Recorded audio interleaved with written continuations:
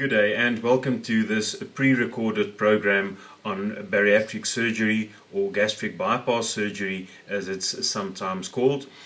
I'm going to prepare you in as far as I possibly can to be prepared for the surgery. I'm going to divide the program into four aspects or four areas or modules. The first one will be to prepare you for the time that run up to you being booked into hospital. That's the first one. Then we're going to discuss what's going to happen to you while you're in hospital. I'm then going to explain to you what to expect when you are discharged. And during the discharge program you will also be able to get information in terms of what complications look like, how do I react to complications, and who should be involved. And lastly, I will highlight some of the emotional aspects related to the post-operative side of gastric bypass surgery. Although we attempt to highlight as many as possible complications that can arise after surgery, it is impossible to touch on each and every one of them. So for purposes of this program, I will only highlight the most common complications that we see after surgery and some of the emotional aspects that's usually considered complications after surgery. We usually advise patients to do a pre-admission to the hospital a day or two before the surgery. Basically what you do is you make contact with the hospital. As far as I know, you can even go onto their internet site and you register as a patient on their system. Make sure that you take with all proofs of payment. If it is the payment for the anaesthetist, for Prof. Hein, the hospital, the physiotherapist, or whoever else you need to pay, please make sure that you take those proofs of payment with. Then the evening before the operation, in other words, you operated on, let's say, the Wednesday, on the Tuesday evening as from 10 o'clock, you are not allowed to have anything to drink. The reason for that is, although you will be on the liquid phase during that part of the program, you are not allowed to have anything to swallow. The reason for that is, if any of the liquid in the tract runs up the esophagus, it can actually run into the lungs and can cause you to suffocate. So as a precautionary measure, of which you will find we have a lot, you are not allowed to have any liquids as from the previous night at 10 o'clock. From there, if we move to the hospitalization the morning of the operation, on your timeline there will be a time when you have to be at Prof. Hein's rooms for the standard sauna. Half an hour before the time you have to be at Prof. Hein's rooms will be more than sufficient time to book in at the hospital. You go to admissions on ground floor and you indicate that you're one of Prof. Hein's patients and that you have done a pre-admission via the internet or whatever method. You do whatever you have to do there, you sign in person, and you also present them with all the documentations as proof of payment. From there you move to Prof. Hein's rooms.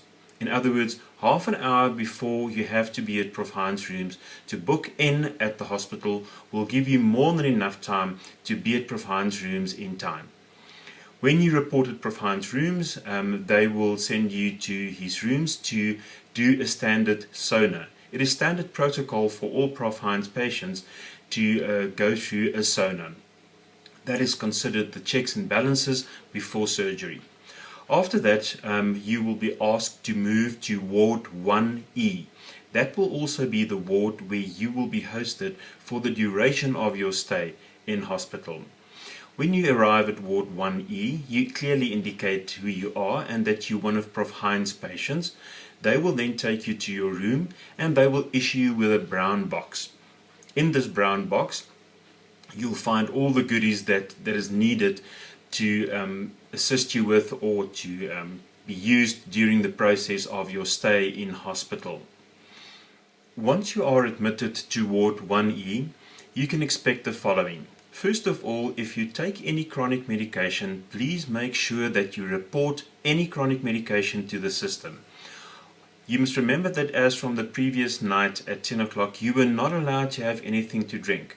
So obviously you haven't had any of your chronic medication, if you do use chronic medication. You report the medication to the sister and you request her to indicate which of those medications you are allowed to drink orally. The sister will then give you some water to swallow the medication orally, and she will decide which ones you are allowed to have. Once you're in the room, it's always good advice to the people, the support system that go with you. Once the patient is admitted to ward 1E and in the room, once you can see that the patient is there, please leave the hospital. Rather come back at about 5 or 6 or 7 o'clock. It is completely unnecessary for you or for the support system to hang around at the hospital. Unfortunately, we don't know exactly what time the patient will be back from theatre. It is almost impossible to even guess at what time the patient will be back. Anything can happen in theatre. The rule that governs, based on the principles of the patient that's on the table, is considered the priority, which means that if you are on the table, Prof. Hein will consider you to be the priority. And for that reason, we don't know what's going to happen to the patient or patients prior to you. Well, same goes for the patients after you. So you will have to wait your time out. The support system, rather leave. Otherwise, you're going to become incredibly anxious sitting around, and to annoy the sisters in the ward, asking them every 5 minutes, when is X, Y, or Z back, will definitely cause to more discomfort and irritability. Rather come back at 5 or 6 o'clock that evening. If you do come back at 5 or 6 o'clock that evening and your beloved one isn't there yet, please don't panic. There's no reason for panic. You ask the sister if Mrs. X, Y, Z is here, and if they say no, then basically it means that she's still in theatre, in the recovery side of theatre. Obviously, they're trying to stabilize her before she can be sent back to the ward. She needs to be stabilized. And it doesn't mean that there's something wrong. It's standard protocol for them to make sure that all the patients in theatre are stabilized before they're sent back to the ward. So please don't pester the sisters by asking questions all the time. Right, as you move into your ward, into your room, the sister will give you that brown box that I referred to, and we've already discussed the medication. If there's medication that you need to take, then the sister will assist you with that and give you some water to swallow. The sister will basically get your blood pressure, temperature, basic medical things. She's got a document. She's also going to get your medical history, and it is critically important that you highlight any allergies or reactions to previous forms of anesthetics. Very important that you indicate that to the sister. She's got to document all those kind of informations. After the sister's done the pre-admission in the ward, or the full admission in the ward, she will indicate that Lania, the physiotherapist, will come and visit you. When you meet Lania, Lania is the physiotherapist, and she's responsible for 2 very specific functions prior to surgery. First of all, she's going to do physio on your lungs. She's going to do the ordinary kind of physio, and she's also going to nebulize you with something like Atrovent. That is to make the lungs open and to make sure that your breathing is okay. It is also a pre-operative safety feature that's built into this process. All Prof. Hein's patients go through this process. Post-operative respiratory problems can be a problem, and to prevent, or to at least try and prevent these complications, the physio on the lungs prior to surgery are compulsory. So that's the first thing that she will do. The second thing that Lania will do is to explain to you how to get out of your bed after surgery. That will be 6 to 8 hours after you came out of theatre. She will explain to you how you mobilize, how you get out of the bed. There's a very specific method. Please stick to the method that Lania explained to you. You first curl up your legs, you turn, you twist, and you push yourself out of the bed. Please make sure to stick to that method for at least the first 4 weeks after surgery. Don't just jump out of the bed or crawl out of the bed or whatever. Please stick to the instructions. It's designed in such a way that it causes least impact on the intestines. To get up the wrong way out of bed and to turn or twist the wrong way around, you can cause a tearing and a bleeding. So please stick to that method, unlike what you used to. After Lania, the physiotherapist, you can expect a visit from the people who's going to come and measure your legs to issue you with the compression stockings. It's also called the blood clot stockings. So they're going to measure the circumferences of your legs and issue you with this pair of stockings. From what I believe, you can pay them in cash in the hospital if you please to do so. The costs, they will be able to give you an indicator as to how much it will cost. Please make sure that they give you a receipt if you have paid for it in hospital. Those compression stockings are very, very important. They will also explain to you how you have to wash it and dry it. Unfortunately, you can't wash it in a washing machine, you can't hang it on a washing line, and you can't use Stay Soft with it. They will explain that you have to wash it in a hand basin, and then you use a towel, you roll out a towel, and you lay the stockings in the towel and you fold it into the towel. You then just squeeze it like that and you leave it open to dry. The only time when you are allowed to take the stockings off are when you go and have a bath or shower. Otherwise, you have to wear those stockings day and night for the first 4 weeks. Unfortunately, that is non-negotiable because the risks for blood clotting are just so high after surgery that we are not going to take the chance. So please wear those stockings. It's not the most flashing and flattering lingerie, so I know it's not going to be your favorite pair of stockings, but please keep it after surgery.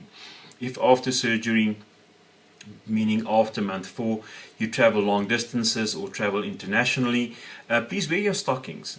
These stockings can actually prevent a potential blood clot or embolus when you travel. So you can have a secondary gain or benefits from your beautiful white pair of stockings. Yeah, they only come in white, so it's not the most flattering color on most people's skins.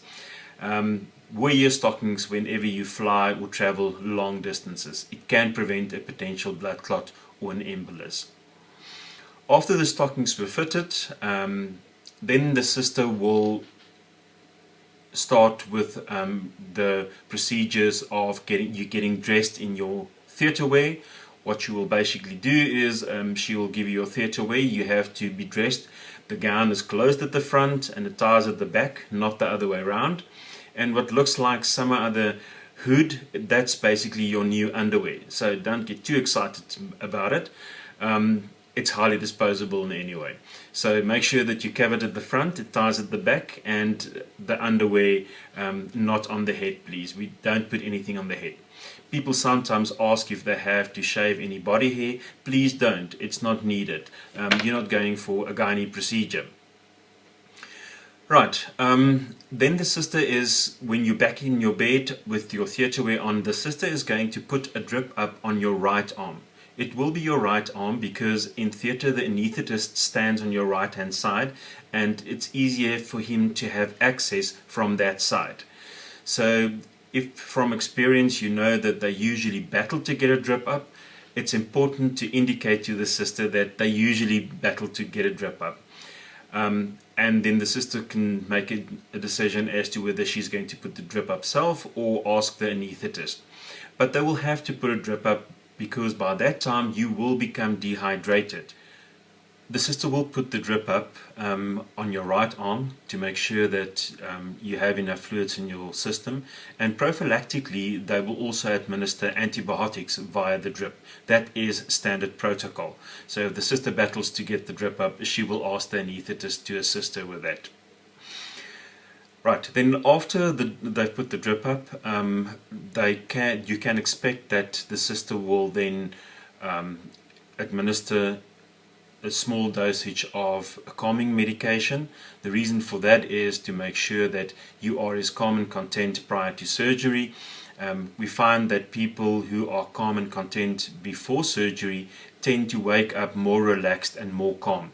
So that is one of the reasons why they administer the calming medication orally. You have to swallow it orally prior to surgery. After the sisters given you your pre-op medication. Usually it can either be before or after, but after that you can expect a visit from the anaesthetist. When you meet the anaesthetist, you kindly inquire whether the anaesthetist that speaks to you is the same person that's going to do the anesthetics in theatre. Sometimes the anaesthetist that does the admission in the ward is not the same anaesthetist that does that the anesthetics in theatre, so you just ask if that's the same person. When you meet the anaesthetist, make sure that you highlight any previous reactions to any form of anesthetics or medical interventions. Also highlight if you suffer from any form of allergies or any bad reactions to medical interventions. Very important to highlight that. If it's not the same anaesthetist that's going to dope you in theatre, then you ask that anaesthetist to please convey the information to the anaesthetist who's going to see to you in theatre. It is very important that you communicate that. That is a psychological safety feature. For example, some patients have issues with nausea after surgery. And in this case, it is important that you want to convey to the anaesthetist that you might suffer from nausea after surgery based on what's happened before. And it's your right to share it with the anaesthetist. That also enables the anaesthetist to do or to make the necessary precautions, to take the necessary precautions prior to you waking up. As standard protocol, the sister will inject you with anti-blood clotting medication around your navel area. If you are a bleeder or if you use anti-blood clotting medication, it is important that you clarify that with Profine's rooms at least 2 weeks prior to your operation. Very important, you contact his sister, or if you can get hold of Profine, but usually his sister, and you say to her that you are on blood clotting medication. Should you continue with it or shouldn't you? But as a standard protocol in hospital, patients will be administered anti-blood clotting medication, and it will be injected around the navel area. It's not painful, but it just means that your blood is made thin. The rationale behind that is it is easier to work with a patient who have a bleeding than what it is to work with a patient who's having a blood clot. So it's just standard protocol for all Profine's patients. When it is your time to go to theatre, the sisters will then move you on the hospital bed to theatre. As you arrive at theatre, the sister will make sure that you're the right patient for the right procedure. So they will go through all the checks and balances. You don't have to worry, you're not going in as Susan and come out as Sarel. I can promise you that. So they will ask you all kinds of questions just to make sure that you're the right patient for the right theatre and the right surgeon and the right procedure. You don't have to worry about that. This part of the preparation evolves around what's going to happen to you when you go to theatre. For starters, you will arrive at theatre, and as I've mentioned, they will make sure that you're the right patient for the right theatre. Profine operates in 2 theatres next to each other on the day of the operation. And the rule that governs says basically, as I've already mentioned, the patient on the operating table is considered the priority, which means that if you're in the operating table, you will be considered the priority. The same with the patient prior to you and all the patients after you. And that's also one of the reasons why it's impossible to indicate what time the patient will be back from theatre. Right. On arrival at the theatre, they will make sure, as I've indicated, that you're the right patient for the right procedure. Then you will be moved on the hospital bed into theatre. Now, for those of you who've never been into a theatre, it can be a very cold place to enter if you don't know what to expect. As they move you on the hospital bed into theatre, they are going to ask you to just shove over onto the operating table. Next to you in theatre will be the anaesthetist and what we call the scrub sister. The scrub sister is the sister that is in charge of that specific theatre. So the golden rule is to make the patient asleep, or to help the patient to fall asleep as quick as possible, because it is considered very traumatic for a patient to lie in theatre and watch them as they prepare theatre. It can be very invasive, and to make sure that people are not more upset, they prefer to put the patients to sleep as soon as they're on the operating table. As part of our comprehensive program, we make a point of indicating to patients what can happen when you are asleep and when you're in a very deep sleep because of the anesthetics. The subconscious mind, to our minds, can register some information. We're not 100% sure exactly what it does, but we rather take the precaution of making sure that whatever the subconscious mind can perceive, that it is not perceived in a negative or bad way. The first thing in theatre is, Prof. Hein is incredibly strict on what we call a theatre protocol. That means there's no talking in theatre, there's no referring to any patients in theatre. The rule that governs is basically that when you are asleep, you will be treated with more respect than when you are awake. And that is something very unique to Prof. Hein's theatre. The bottom line is you will be treated with dignity for the full duration of the time that you are in theatre. Prof. Hein operates in two theatres next to each other, which means that once they are close to the end of the procedure in this theatre, the team scrubs, they clean up, and they move to the clean theatre where the other patient's in. So when they get close to the end of that procedure, the team scrubs again, that patient's moved out of theatre, the next one has come in. That is basically to make sure that they don't waste time in between patients. Then when the anaesthetist sees you on the operating table, he and the scrub sister will be in the theatre.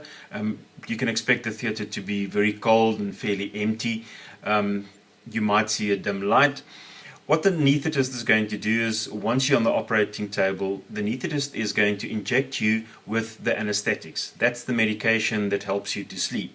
So once you fall asleep and you go into a very deep sleep, the following two things I need your subconscious mind to know about. There's nothing that you can do about it. It's basically information that I just need your subconscious mind to take note of. The first thing is, the anaesthetist will intubate you. He will put a tube down your throat, and the reason for that obviously is to help you with proper breathing. And although you're going to breathe all by yourself, if you don't breathe deep enough, the machine is going to compensate on your behalf. And he's also going to administer additional oxygen when they start with the procedure. The reason why I refer to the tube down your throat and the intubation is because the subconscious mind's very sensitive to our lifeline called oxygen. So now you know that they intubate you because they actually want you to breathe properly. So it's for no other reason. Now the subconscious mind knows what happens in the subconscious mind during that part of the procedure is actually to make sure that you breathe properly.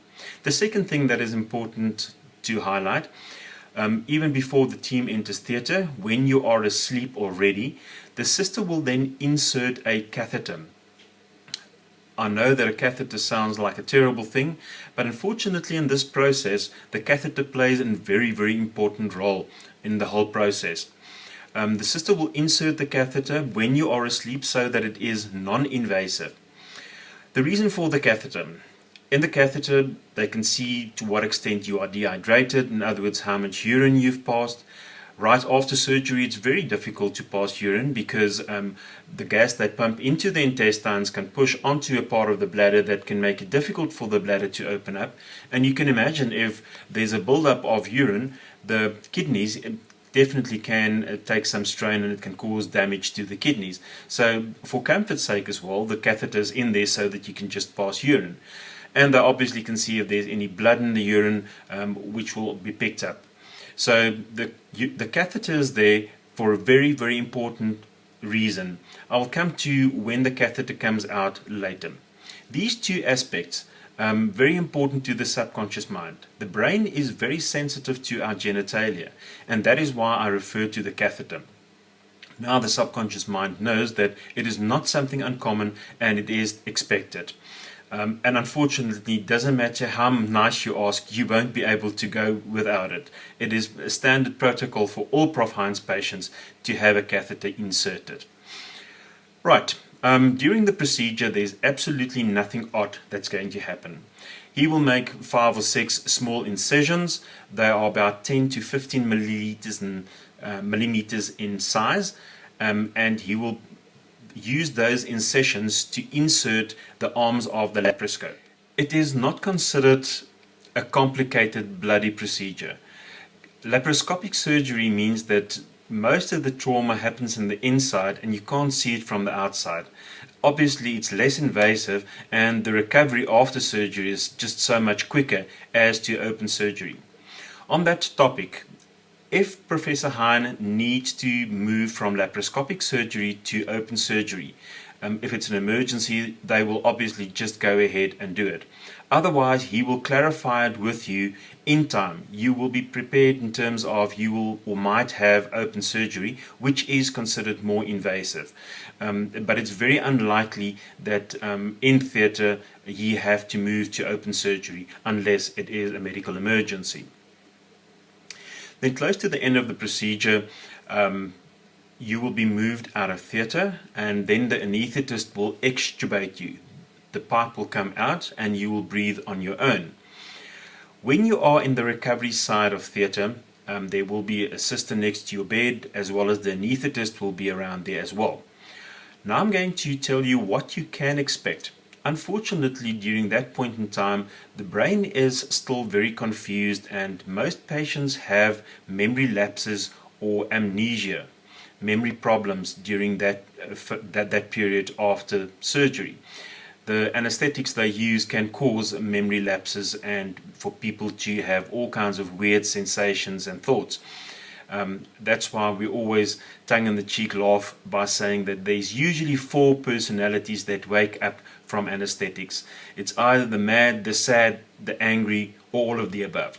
Whatever the case might be, the sisters and the personnel there are well trained in how to deal with any of those personalities that do wake up. If you have any awareness of things around you in the recovery room, which is highly unlikely, I'm going to highlight some of the most important ones. And this is a pre-operative hypnotic suggestion. Don't worry, this is not a form of hypnosis. I'm just making sure that your subconscious mind is prepared for what lies ahead in the phase after you came out of surgery. The first thing is the sister will wake you up in a semi-upright position. And she will also ask you if you battle to breathe. They're not going to ask you, how are you? Because you will be confused and you won't really know what's wrong. You might think a lot of things are wrong, but you won't be able to pinpoint a specific thing. So they will prompt you on certain things that are fairly common after that kind of a procedure. So in the semi-upright position, the sister will ask you if you battle to breathe. I can give you the assurance that most patients battle to breathe. It is not abnormal and it's not uncommon. Mainly the reason for that is the gas that's pumped into the intestines pushes onto the diaphragm and it causes the lungs not to open up the way they used to. Very important to try and think of breathing in terms of the same metaphor as pouring water into a mug. The water falls from the bottom up, not from the top up. And think in that kind of way when you think in terms of breathing after surgery. Think of you're going to fill up the lungs from the bottom upwards, not from upwards downwards. And if you battle to breathe, it is not uncommon. On your finger you will have a clip. It will be called the saturation monitor. That saturation monitor measures the ratio of oxygen to blood. So although you might have very shallow breaths, they will still administer oxygen via your nose. So it is almost impossible for you to suffocate without them knowing it. If your saturation levels drop, that alarm will go off and they will immediately know that you're battling to get oxygen into your system. And they look for that and they check for that very meticulously so. So even if you even if you battle to breathe after surgery, don't panic. You will have enough oxygen in your system. The second thing is the sister will ask you if you have any pain. During that point in time in the recovery ward, it is highly likely that the brain confuses discomfort and pain. Now, whether you have discomfort or pain doesn't matter. If you have pain or discomfort, you indicate, yes, I have, because the brain confuses pain and discomfort at that point in time. The reason why you have to indicate that and not try and be a cowboy is if you try and manage the pain all by yourself, you're going to cause your blood pressure to go up. And if your blood pressure goes up, you increase the risks for bleeding. So please don't try and be brave. So if you feel uncomfortable, please report it to the sister. We don't want your blood pressure to go up. The sister is then going to ask you if you feel nauseous. It is not an uncommon thing for patients to, after surgery, feel nauseous. For some of the reason, some patients react to the anesthetics with a feeling of nausea. If you have that, you just indicate when the sister asks, and they can reverse the feelings very quickly because you already have a line up and they will just administer medications via the line that's up on your right arm. Then the sister will ask you if you feel cold. It's highly likely that you'll feel cold because the temperature in theatre usually is below 18 degrees Celsius, and it causes people to, after surgery, have the shivers and the shakes. Unfortunately, the anesthetics also play a role, and if you do feel cold, you just report it. The sister will then, they usually put a tube into your bed that pumps hot air in, and they will just add blankets to make sure that they regulate your body temperature as quick as possible. Once all your vital functions are stable, only then will you be sent back to the ward. On your arrival back at the ward, it's considered a high pressure time for the sisters. So if any family members or support system are close by, rather check with the sister if it's okay to assist. Some of the sisters are okay with it, some of them are not. It's not my ward, so I can't predict how they should deal with the patients there. But whatever the case might be, when you come back to the ward, the first thing the sisters will do is they will help you to clean and get dressed in your own nightwear. So take nightwear with that's loose and comfortable and easy for other people to help you to get dressed. Right, once they've cleaned you and you dressed in your own nightwear, I'm going to start from your legs and I'm going to indicate the various things that you can expect. Obviously, on top of this beautiful white, hideous pair of white stockings that you will have pneumatic air pumps that's well Velcro clipped over the legs. The reason for that is it's pumps that will inflate and deflate all the time. It's like a massage. The reason for that is it improves circulation and is actually quite pleasant and not difficult to tolerate. It's like a massage on the legs, so that can prevent potential blood clotting. You will be aware of the catheter, and the catheter will stay in until such time that you've usually passed about 1 milliliter of urine per kilogram mass per hour, which means that the amount of weight that you weigh in millimeters on the day of the operation, that is the amount that you should pass per hour before they will consider to take the catheter out. Worst case scenario, the catheter will come out the next afternoon at 4, usually much earlier, but usually not later than 4 o'clock that next afternoon. Well, the same is with the drip. The drip can come off earlier, but usually latest the next evening at 6 o'clock. Right, I know that a lot of patients have abdominal swelling and they feel very bloated, and emotionally people are usually very irritable and agitated. Those are normal feelings right after surgery. I know that a lot of patients expect to have severe abdominal pain. It is not that common for patients to have severe abdominal pain. Unfortunately, the pains in the shoulders or in the neck area are more outspoken. And the reason for that is because of the CO2 gas that's pumped into the intestines, that trapped air runs into the cavities of the chest, and that causes referred pains in the shoulders or in the neck area. So it's not that they have twisted you, manhandled you, or dropped you off the bed, or that you're having a heart attack or a panic attack. It's none of that. It's a normal reaction, and usually it's more so on the one side than the other side or in the neck. The physiotherapist Lanya will also give you exercises that you can use to get rid of the pains in the neck. But if you have those pains and the sister come around and asks you if you have any pain, please report the pain, because that pain, if you try and tolerate it, can also push your blood pressure up. So make sure that you're not a cowboy and that you report if something is not okay. You will have an oxygen mask on, so please don't take it off. It's very important that they lift your saturation to the same level it was prior to surgery. Although you will be very bloated and puffed up, it's not uncommon for the stomach to make all kinds of noises, and you might feel very windy as well. If you do, please don't be polite. Whether you've got to pass the wind up or down, please let it go. You have consent to do so. The thing is, if you try and hold back on any suppressed air on the inside, you're actually causing a buildup of gases, and that can cause areas where Prof. Hein is sewed up to tear open, and you can get bleedings and you can get leakages from that. So please don't be polite. Humans actually do that, so just let go with the air that's trapped in the intestines. Then about 6 to 8 hours after surgery, the sister will assist you to get out of bed. You then have to immobilize. She will use the same technique the physiotherapist explained to you, which is very important.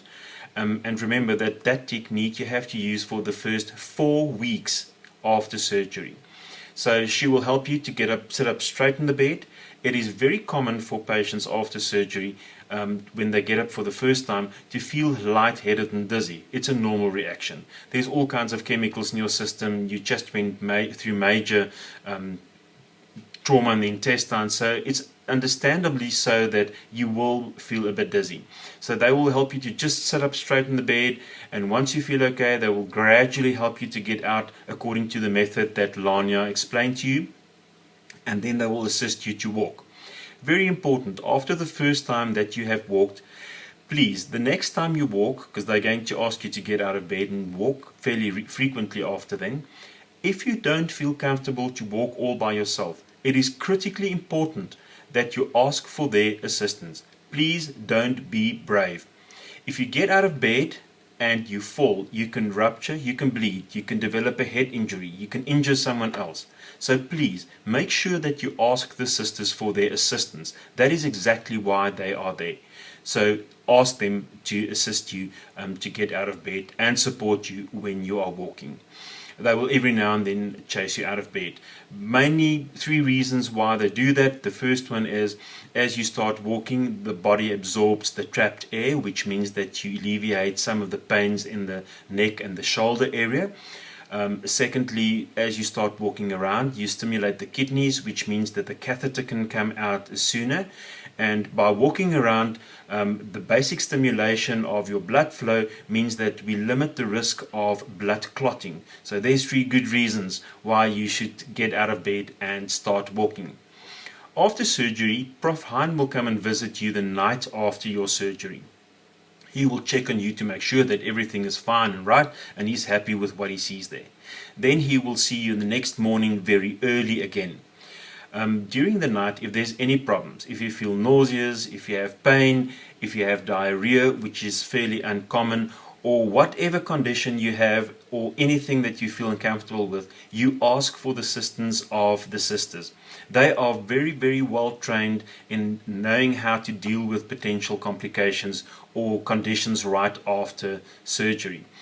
The next day, the physiotherapist Lanya will come round again. She will do the physiotherapy thing on your lungs again, and she will nebulize you again, and then she's going to walk with you. After her, you can expect a visit from Hanli, the dietitian. She's going to explain to you how you have to have your intakes, because your intakes from that point in time have to be every half an hour. You have to have 50 milliliters of liquid. 50 milliliters, 50 milliliters of liquid every half an hour. It can be a daunting task to stick to that regime. So please, follow Hanli's instructions exactly as she's given it to you. You have the intestines of a newborn baby. Therefore, you are only allowed liquid. She will explain to you how the liquids work. It's usually a clean liquid and a feeding liquid. And she will explain how to deal with that. Please don't skip on any liquids. You will end up with dehydration and with major problems in terms of potential organ failure if you don't have your frequent intakes. Please, even though you might not feel like it, don't skip on intakes. And I can give you a guarantee you might not feel like it. So please, it is very invasive. This is part of the commitment that you've made to be on this program, and that is why you make this commitment to be part of the success on this program. And please, see to every single thing as we instruct you to do after surgery. It is also needed to use common sense. Let's say after surgery, the night after surgery, they come and put a plate of food in front of you, which is not supposed to be. But argument's sake, say the people from the kitchen made a mistake. If they've put something in front of you, it doesn't mean that you have to eat it. Because month 1 is only liquid. Month 2 is only purity. Month 3 is only mashed food. Liquid means stuff that you can get through as something as thin as a straw. You're not even allowed to swallow a pill as a whole for the first month after surgery. All pills have to be crushed. You can crush it and mix it with whatever you're allowed to have. Some pills taste horrible, but that's the way you get it in. Or you can have a suspension medication, or you can have a suppository. But please make sure that you don't swallow even a pill as a whole. And don't think that you're going to fool in the phase 2, the month 2 after surgery, when you're supposed to have purity liquidized food, that you're going to chew on this piece of chicken so finely so that no one will know that it didn't come out of a liquidizer. I can give you the assurance that you will end up with a major complication. This is what makes our program completely unique worldwide. The fact that we don't advise people to take any form of risks. The intestines are not ready and prepared yet to accommodate other kinds of food. So make sure that you have a liquidizer, and don't try and fool yourself. Don't try and fool yourself by thinking that you've tuned fine enough. Also, don't mislead yourself by believing that to skip an intake is not going to be a major issue. It is going to be a major issue because you enter dehydration before you can wipe the tears from your eyes. Dehydration occurs because we keep you on a very limited liquid intake, which means that if you skip, you will find that your energy levels will fall, and that's when people go into the regret phase, where they feel very sorry for themselves and have feelings of depression, dysthymia, and even anxiety combined in that case. It is also needed to use common sense. Let's say after surgery, the night after surgery, they come and put a plate of food in front of you, which is not supposed to be. But argument's sake, say the people from the kitchen made a mistake. If they've put something in front of you, it doesn't mean that you have to eat it. Because month 1 is only liquid. Month 2 is only purity. Month 3 is only mashed food. Liquid means stuff that you can get through as something as thin as a straw. You're not even allowed to swallow a pill as a whole for the first month after surgery. All pills have to be crushed. You can crush it and mix it with whatever you're allowed to have. Some pills taste horrible, but that's the way you get it in. Or you can have a suspension medication, or you can have a suppository. But please make sure that you don't swallow even a pill as a whole. And don't think that you're going to fool in the phase 2, the month 2 after surgery, when you're supposed to have purity liquidized food, that you're going to chew on this piece of chicken so finely so that no one will know that it didn't come out of a liquidizer. I can give you the assurance that you will end up with a major complication. This is what makes our program completely unique worldwide. The fact that we don't advise people to take any form of risks. The intestines are not ready and prepared yet to accommodate other kinds of food. So make sure that you have a liquidizer, and don't try and fool yourself. Don't try and fool yourself by thinking that you've tuned fine enough. Also, don't mislead yourself by believing that to skip an intake is not going to be a major issue. It is going to be a major issue because you enter dehydration before you can wipe the tears from your eyes. Dehydration occurs because we keep you on a very limited liquid intake, which means that if you skip, you will find that your energy levels will fall, and that's when people go into the regret phase, where they feel very sorry for themselves and have feelings of depression, dysthymia, and even anxiety combined in that case. We are now going to talk about the discharge from hospital. Most patients stay in hospital 2 nights and they are discharged on the 3rd morning. If something has gone wrong, or if Prof. Hein is not completely satisfied with the outcome of your surgery, he might keep you in hospital longer. But in most cases, it's 2 nights that you sleep and you discharge the third morning. We're now going to move to what can happen to you and what complications you should be on the lookout for once you have been discharged.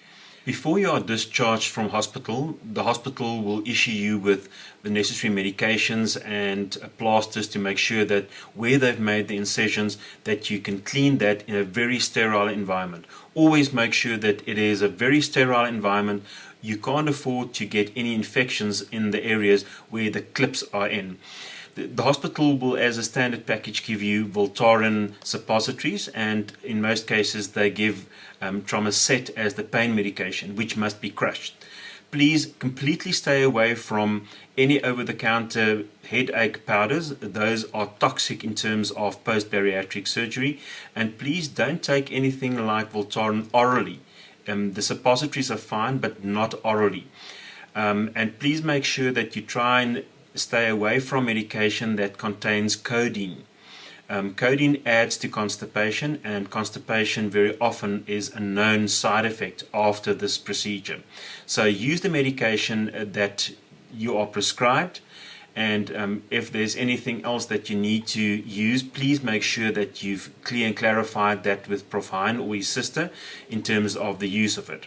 For those patients who are on antidepressants, those kind of medications, you will have to crush it after surgery, but please don't skip on the intake. It is critically important that you do have the intakes.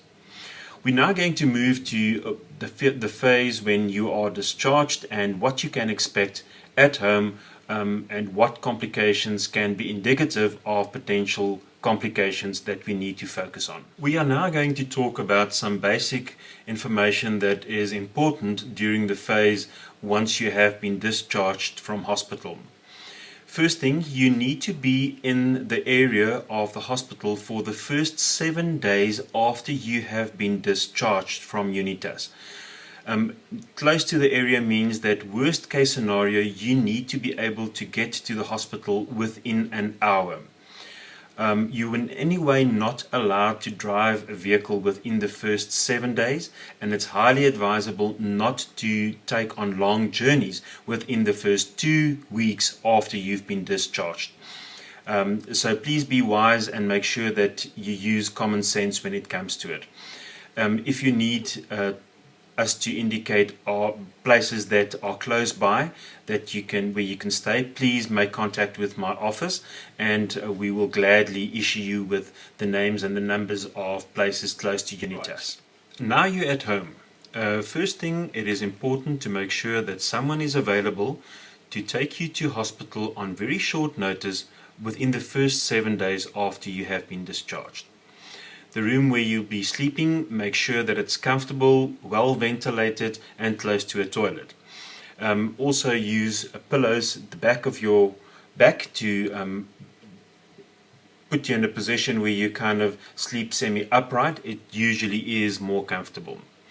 I'm first going to highlight some of the symptoms that you can expect. Not to say that you are going to, but if you do experience any of these symptoms, and how you go about in reporting it.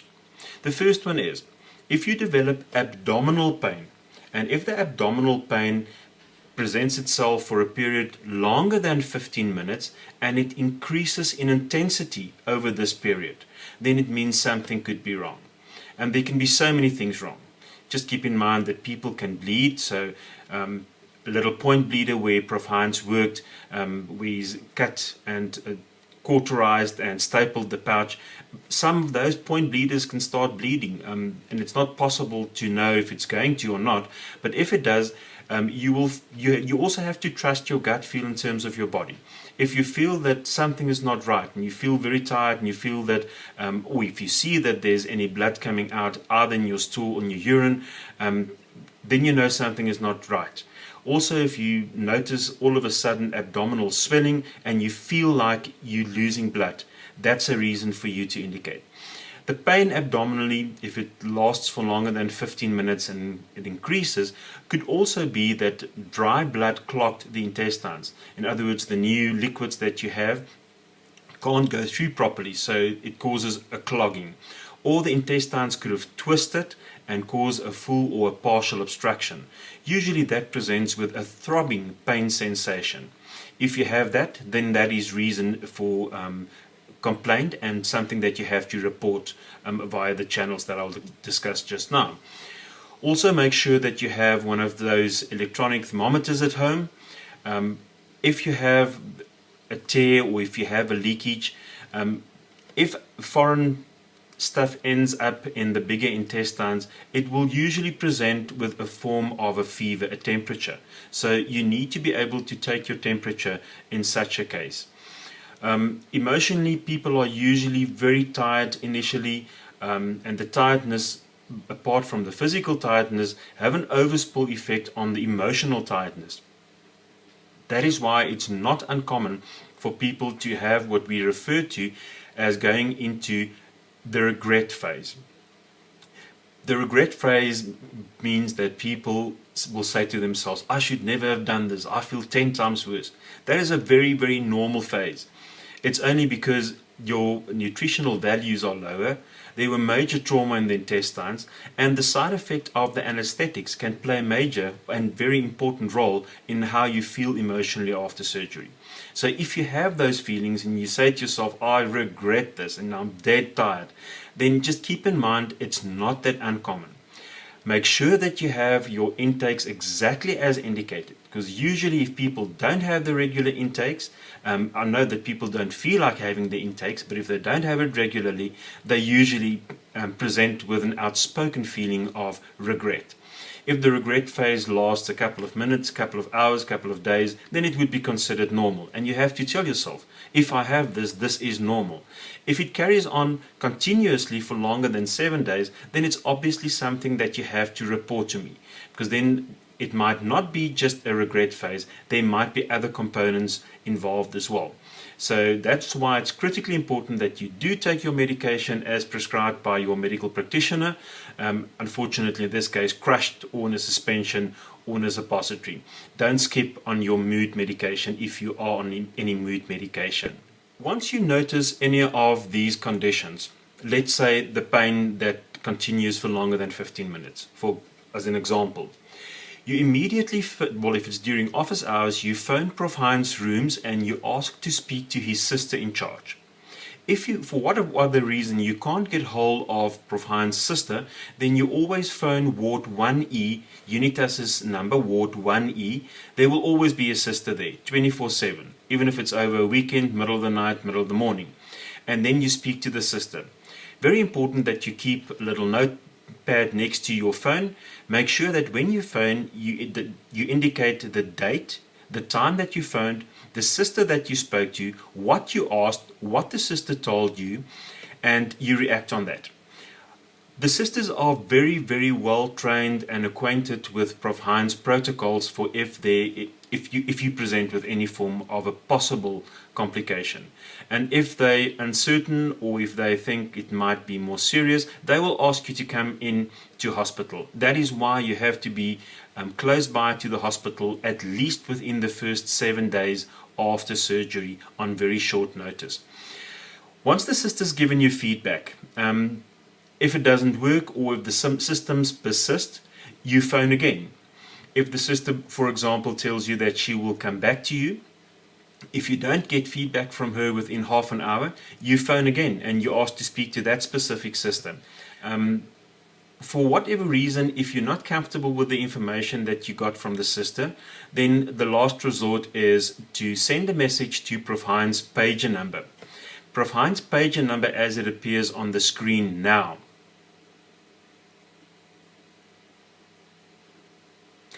Prof. Hein's pager number you can send a message to. Once you've sent a message to Prof. Hein's pager number, if within half an hour you don't get a call back from Prof. Hein, then you send another message to his pager number and you make sure that you get to hospital. That's a safety feature. So please stick to that. The sisters either at Prof. Heinz' rooms or in Ward 1E, are very well familiar with potential complications. So you can just follow their advice. Obviously, if you feel that it's more serious than what the sister might perceive it, or you perceive the sister to perceive it, you have to say to the sister, but I'm worried. For example, if you pass blood, she might ask you if you only pass a couple of drops of blood. If you say to her, well, sister, it's a couple of drops of blood, but it's too much in terms of what I think is safe, then you report that to the sister. She's going to understand how serious you feel about this. Obviously, if you have a fever or a temperature, you have to phone in and say, sister, this is my temperature. I feel pain, or I feel nauseous, or whatever the case might be. Please make sure that you report it, and you always document what the time was, what the date was, and whom you spoke to. It is very difficult the first few days after you've been discharged from the hospital. You are left to yourself, and we find that some patients feel very lonely because their partners or support system are at work. Please make sure that you don't skip on the intakes. To skip on an intake, you can put your life in major danger, and or to take in stuff that you're not allowed to. That is why, I repeat, month 1 is liquid, month 2 is purity, month 3 is soft food. Soft mince, soft steak in month 2 when you're on the purity phase is not purity. Purity is what comes out of a liquidizer. I know it becomes very boring, but you have to keep in mind that you've made this sacrifice over a period of 6 months, and you basically close to the end of the process. Don't sabotage it now. The first 3 months after surgery is critical in terms of how your body is going to react and how your cells are going to react on the long run. This is the make or break, not the first 3 months prior to surgery. That was the preparation. The part that you have to be incredibly strict with yourself will be the first 3 months after surgery, because doing something wrong or not reporting something can put your life in danger. Make sure that you are aware of any other things. You know your body best. If something is not okay, rather report. Even if you think it's unnecessary, rather report. There are people who think, oh, well, I'll just stick with this pain, I'm sure it's going to go away. That is why we have the instructions that after 15 minutes, if you still have the pain, you have to report it. Please don't see it as nothing. It could be a life-threatening potential complication. And I think the most difficult part of it is to stick to the regular intakes, because people won't feel like having intakes, but it's very, very important that you stick to the regular intakes. And obviously you can't have more than what is indicated. If you do, you run the risk of causing the pouch to burst. Obviously you will feel it long before the pouch bursts, and that will cause a major life-threatening complication. A couple of things that needs to be highlighted in terms of possible complications. One thing people very often ask is, will I be able to throw up, vomit after surgery? Well, the reality of it is, yes, you can, but if it occurs within the first 2 weeks after surgery, then it is considered a medical emergency. In other words, you're not supposed to throw up, have a gag vomit reaction within the first 2 weeks after surgery. And if you have to report it immediately. If after that, if it's not for reasons like over drinking or overeating, it is possible to have a gag throw-up reaction in spite of the operation. Obviously you won't be able to pass the same amount of liquid or food that comes up the esophagus. It will be far less than what you're used to, and it's obviously not advisable because it can cause tearing on the intestines. But it has been reported that if people have gastroenteritis, a stomach flu or something like that, that they have had a bit of a gag throw-up reaction. Obviously, if it becomes excessive, you have the responsibility to report it and rather clarify whether it is serious or whether you have to do something about it or not. The topic of bleeding after surgery. It is possible that patients can develop a small little point bleeder. And as I've earlier indicated, if there's abdominal swelling, if you can see clear red blood that's passed via the urine or your stool, then it means that you have to report it. Those things can occur. Provine usually uses very conservative methods of trying to stop that, which means that he's not per se going to rush you to theatre. If it's obviously an excessive bleeding, he will, but he will try and avoid the theatre as far as possible, because there are compressions and there are conservative methods of helping you to stop the bleeding in situations like that. A question commonly asked is, what is dumping and how does it make me feel? How will I know if I've had dumping? Well, the symptoms can be anything from feeling lightheaded, having heart palpitations, feeling dizzy, temperature rising, nausea, and even stomach cramps are not unfamiliar when it comes to dumping. What happens in the case of dumping is, because of the changes on the intestines, the food enters the small intestines much faster than what the body is used to. And it's more unrefined when it enters the small intestines. And for that reason, liquid rushes to that area and it causes this false response. Only in a very small percentage of patients they have this form of dumping for the rest of their life. In most cases, the body gets used to the way people eat and they don't have that kind of dumping syndrome on the long run. It is almost impossible to indicate. Therefore, one should be very careful when it comes to sugars initially and fatty products. Even brown sugars, molasses, all those kind of sugars can definitely have an effect on the forming of the dumping syndrome. As much fatty products, even dairy products high in fat content. So it is a false response of the body, but not advisably to toy with, because you will find that it makes you feel terrible.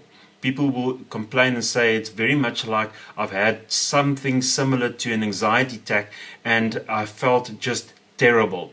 The food that caused you to have the dumping syndrome in the first place will be food that you will most probably avoid for quite some time. Highly unlikely that you will enjoy that kind of food the next week. So please be very careful with that.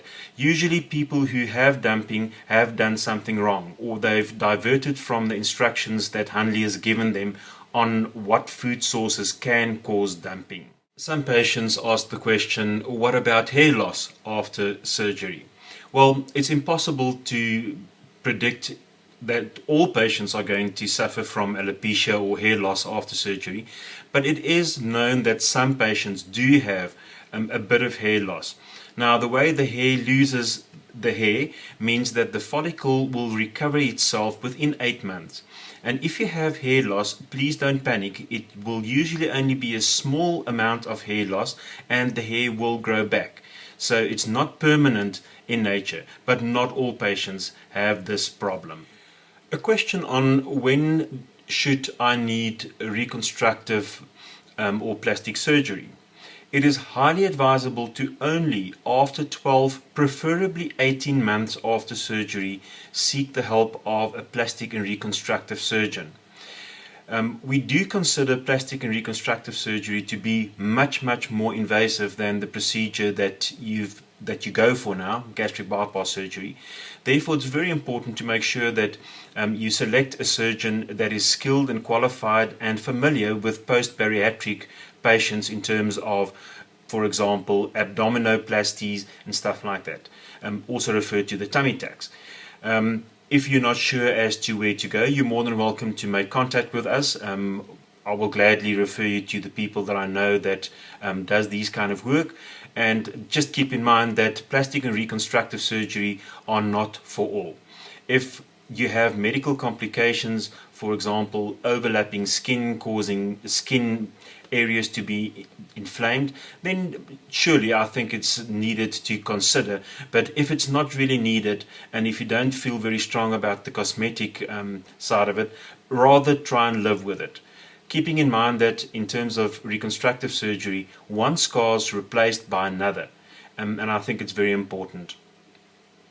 Another question that usually females ask is the question of falling pregnant after gastric bypass surgery. Research has indicated that it is advisable to fall pregnant 12 months after surgery, preferably closer to 18 months. And the research has also indicated that compared to the general population, there's no negative impact of pregnancy if a lady falls pregnant about 18 months after surgery. So if you have polycystic ovarian syndrome, PCOS, I know that most of those ladies don't use any contraceptives. Please, on this program, you have to keep in mind that there are a lot of women who after surgery indicate that they don't have symptoms of PCOS anymore, and therefore I strongly advise you to make sure that you use contraceptives of whatever nature you can think of. To fall pregnant prematurely while you're in the first year after surgery can be to the disadvantage of the unborn baby. So please make sure that you are safe and that your partner is safe. But after that, there's no reason why you can't have a healthy child. Also the same with plastic and reconstructive surgery. If it's a female who wants to have more children, it is not advisable, even though you might be close to your ideal weight, or it might be 18 months after surgery. If you want to have another child, I strongly advise you to first have your child, and then after the birth of the child, consider plastic and reconstructive surgery. From our side, we will gladly prepare you for the procedure, because we believe that a lot of people are naive in terms of what to expect. What you see in the magazines are not basically what happens in reality. So if you need to go for plastic and reconstructive surgery, I will gladly advise people that you can consult, and I will gladly assist you in terms of the preparation for the specific procedure that you have to go for. All depends on what you have to go for. It is not uncommon for people to, after surgery, go through, let's call it, the 4 seasons of the mood. One of the main reasons for that is, apart from the lower nutritional values in the system, the side effect of the anesthetics can be in the system for quite some time, and obviously you've been through major trauma. So prepare yourself for some up and down moods. It doesn't mean that something's wrong. The adjustment to other people is also something that can be very, very difficult. It sounds easy to be thin and be accepted by others, but unfortunately there's a price to pay to be okay, and you have to learn to be okay with yourself. You will find that people will comment, and you will have to learn how to deal with compliments. It's not that easy. A golden rule in my mind is to always thank the person who gives you the compliment by saying, thank you very much for the compliment. And then you also have to reward yourself with a compliment by saying, for example, I've worked very hard at having a healthy lifestyle. It's not needed for you to share with the whole wide world that you've had the gastric bypass surgery unless you feel comfortable doing it. But you have to accept the compliment, and you have to reward yourself with the compliment that you got. So make a point of accepting compliments like that. People's interaction changes as you lose weight because they see you in a different light. I find amongst females it's not uncommon for even best friends to make snotty remarks. So if you feel that your best friend all of a sudden turned against you, please don't take it personal. At least give it 1 year time before you make your decision. Basically what happens is your old friend, your best friend, don't know how to deal with you in terms of this new package and new body. It's not you who have changed. You might have gained some self-confidence, but your personality didn't change. So your friend just don't know subconsciously how to deal with it. So bear with her. Be consistent in the way you've always run the friendship and had the friendship, so don't steer away from that. But don't just wipe off the friendship because she made a comment that you didn't feel comfortable with. Also important, in the very unlikely situation that you are admitted to hospital with a complication. When you're back in the hospital, you will most probably be admitted to Ward 1E. Now keep in mind that the sisters who worked the shift when you were in hospital might not be the same sisters who were in hospital when you admitted with a complication. So if the food people come around and they put a plate of food in front of you, please use common sense. You also have a responsibility in terms of making sure that you do the right thing. Other people are not always right. So you ask the sister, am I allowed to have this food? apart from the fact that I think the sister will have a cadenza if she realizes that it's a week 2 after bariatric surgery. She will definitely grab it away from you. You might not feel that comfortable about it, but you're only allowed liquid. That's month 1. So the fact that someone put a plate of food in front of you after surgery doesn't mean that you have to eat it. Please be very wise and please stick to the program exactly as you know it. The success of this program evolves around the fact that you have to be compliant to all aspects of this program. This is your life. This is not an ingrowing toenail.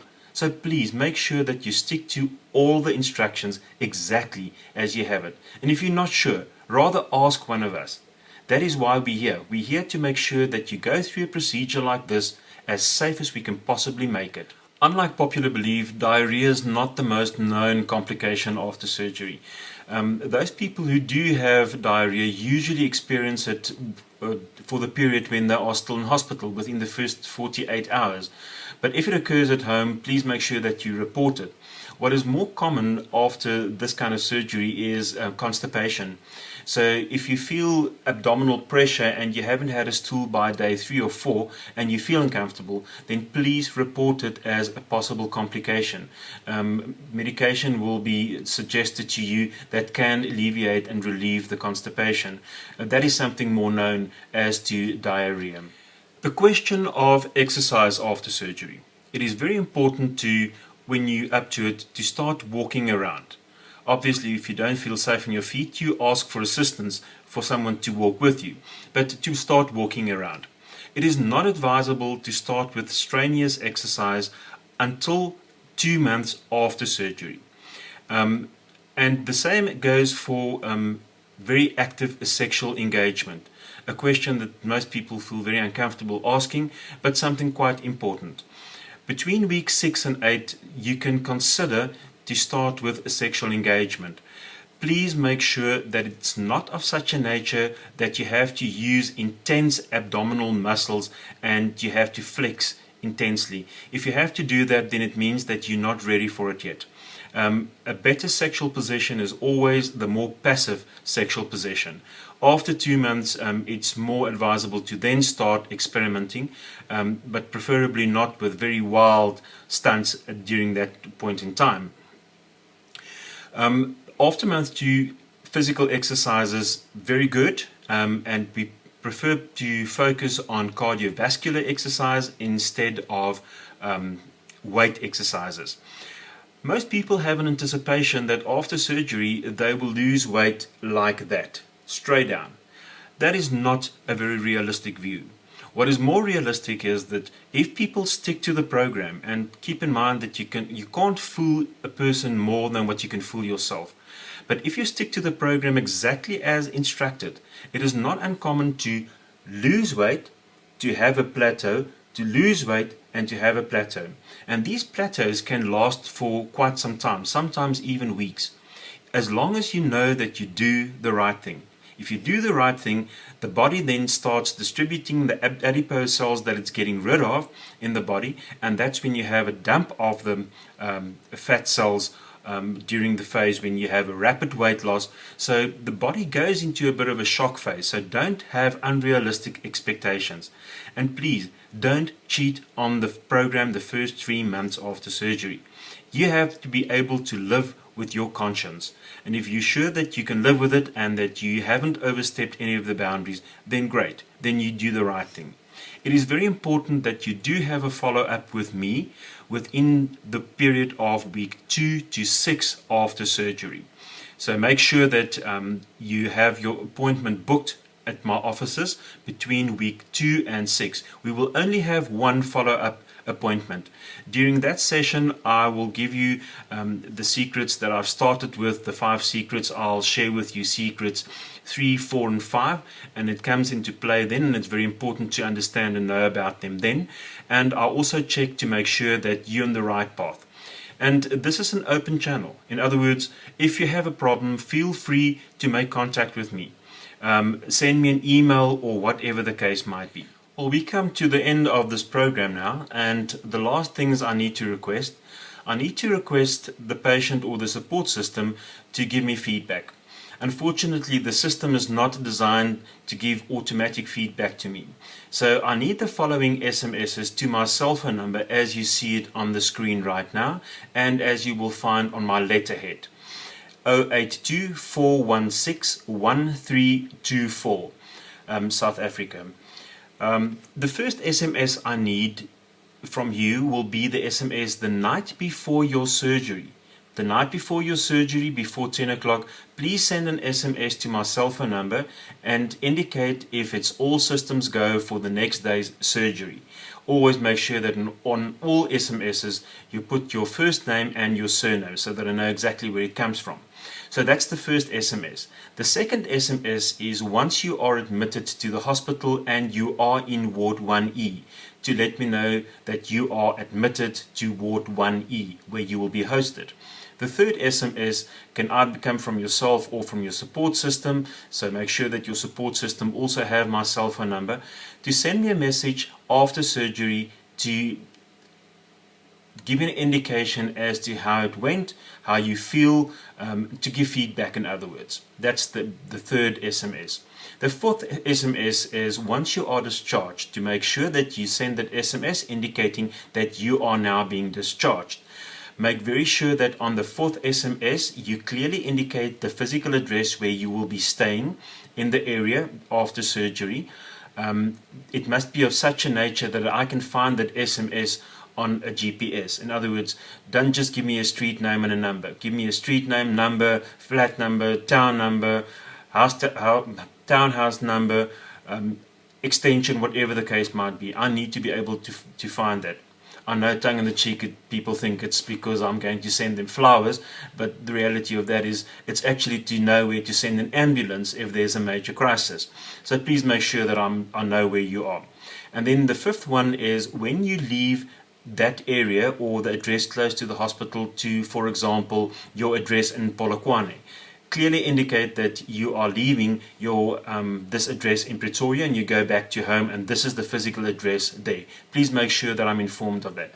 I've already mentioned that you have to make sure that you in a time book your appointment, the only one appointment that you have after surgery at my rooms. Make sure that you have booked that appointment, please. The last part of this program, you will find that I've added written material, printed matter to this program. I need you to sign the last page as a declaration that you have attended this session either online or in my offices, and that you are familiar with the information that is captured on this DVD program. You will find that there's the last column where you can make notes, or you should have made notes, to ask me if there's anything that I need to highlight for you. Please make sure that you then schedule your 20-minute contact session with me before the operation in time, and I will gladly fill you in on the details that you want me to qualify or clarify for you. On this program, I have attempted to highlight some of the known complications after gastric bypass surgery. It is impossible to note every single one that could occur. The bottom line is, as long as people stick to what they know they should, and we give the instructions very clearly, we know that the risks of running into an unmanageable complications very low. So please make a point of sticking to exactly what you should know.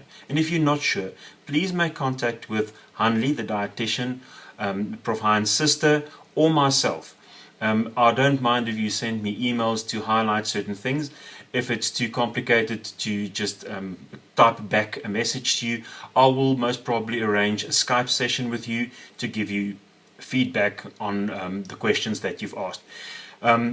Other things that might occur after gastric bypass surgery. Yes, we do know that some patients do develop a kind of a bleeding, very unlike, but it can occur. We know that gallstones can be a problem after surgery. I know patients ask, but if we know that gallstones are going to cause a problem, why doesn't Prof then remove the gallbladder? Well, the reason for that is it is unethical in this country to remove an organ that is fully functional and that doesn't have something wrong with it. So that's the reason why. As a final checks and balances to this program, to make sure that people did watch the program right to the end, so that you can sign the declaration, I'm going to show you 3 objects. You can indicate on the declaration form any of the 3 objects as an object that you saw on this DVD. The reason for that is then I know that you have seen the program right up to the end. This is object number 1.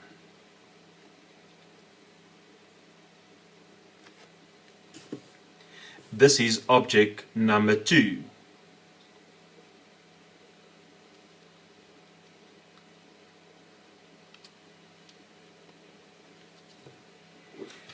And this is object number 3.